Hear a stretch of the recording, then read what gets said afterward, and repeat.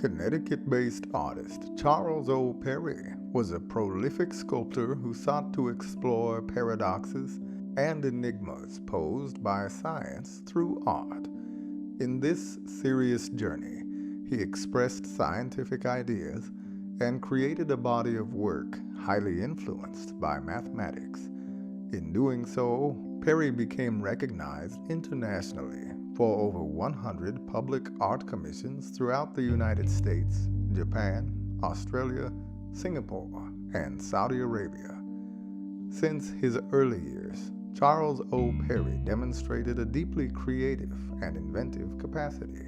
During his military service in Korea, he created a telescope which allowed him to have an extensive view of the land ahead of him.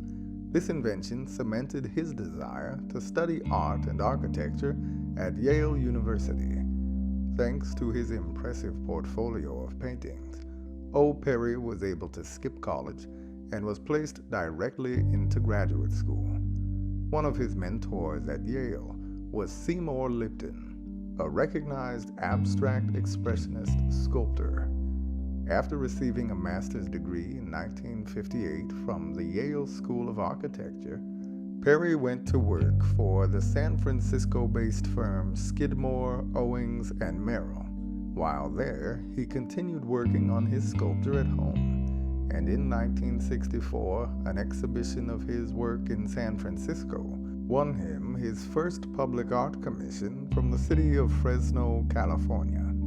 Perry received the Prix of Roma Award for Architecture that same year and settled in Italy to pursue a career in academia. Perry admired the work of important biologists and mathematicians such as Darcy Wentworth Thompson. He acknowledged being influenced in his school years by Thompson's book on growth and form, which allowed Perry to identify his interest in organic forms and structures. His work reflects this fascination with the challenges and possibilities of translating the principles of science, mathematics, topology, and geometry into art. Charles Perry has been a very versatile and broad artist. He made quite a few different, I would say, families of sculptures. When you go to his website, I think he breaks it down in various groups.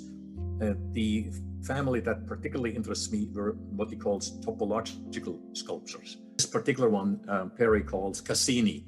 Basically what you see, there are 6 cylindrical elements, and those cylindrical elements are basically just an annulus, let's a simple geometry like just an annulus wrapped around the cylinder. There are more than 2 of those, or 2 or more of them. How can you put them together? So, every student could easily cut out a few pieces of that, glue them together just like that. And then you ask them, make your own sculpture. And they could put 2 together like that, or they could put more together like that. And very quickly, with just a little Scotch tape and Elmer's glue, they could make interesting sculptures. And I think they would enjoy that. Real first intensive contact was really in this workshop, Art Math 97 in Albany, New York. And Charles O. Perry was a participant in that particular workshop. And he discussed some of his sculptures. We discussed some of the mathematical structures that may be behind it. And it was a lot of cross-fertilization between all kind of people. And it stimulated me so much that in '98, I created an art math conference at Berkeley together with Nat Friedman, who had organized this '97 workshop. At this conference, we always have family days. And family days, we put out tables and we put interesting puzzles and mechanisms and patterns and mini sculptures and so on those tables. And then families would come in, and children as young as 4 or 5 years, they would see what's on those tables, and they would go and they play with that and they get all excited. The difference between the artist and the scientist is that the scientist uses intuition to look toward finding the facts, while the artist uses intuition to intrigue others, Perry contends.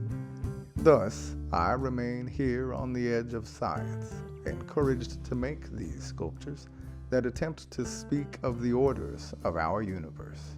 The Continuum, located in the city of Washington, D.C., in the National Air and Space Museum, is one of the most recognized pieces of Perry's work.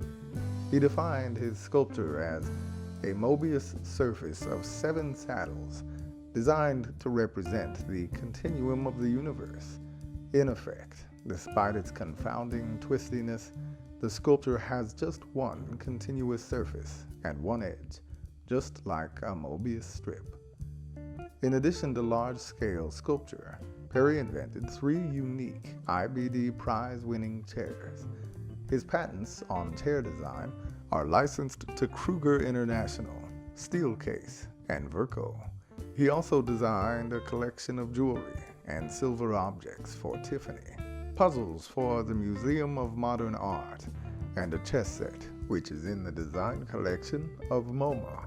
In 1977, Perry returned from Italy to the United States and settled in Norwalk, Connecticut, where he designed and developed the models of the sculptures that he would later install all over the U.S.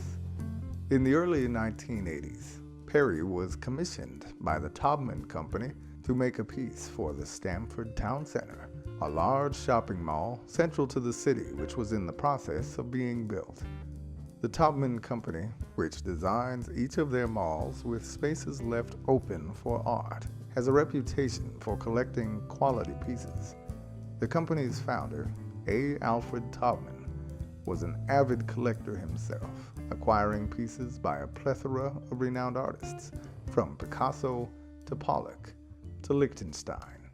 For the mall, Perry created Forth, a 30-foot tall and 14-foot wide sculpture, described by the Stamford Advocate as being as powerful as its name. The sculpture was bolted to the ground using 3 feet-like structures to support its weight. It's bold and colossal. The mall was quite literally built around it. According to a 1982 interview with the Stamford Advocate, Perry wanted people to look at Forth and say, "What the hell is that?" He believed that mall art has to knock people between their eyes, give them a tingle. Sure enough, the piece would become an attraction for all who visited the mall from the tri-state area. Years after, locals would comment on how it inspired intrigue and curiosity, leading to the inevitable question, how? The piece remained on the southern side of the mall for decades, but was removed in 2007 when the mall was expanded. After nearly a decade, sitting underneath the parking garage overpass, left to weather the elements and be subject to petty vandalism, the Alvarez Gallery saved the sculpture and stepped in to salvage it. Saving Forth, one of Connecticut's most important works of public art, is an act to preserve both history and culture. The work itself is the culmination of science and math turned to artwork. Perry's significance in art history, as well as his intelligent work, continues to influence many artists today. Forth is a work by one of the most important artists in Connecticut's history.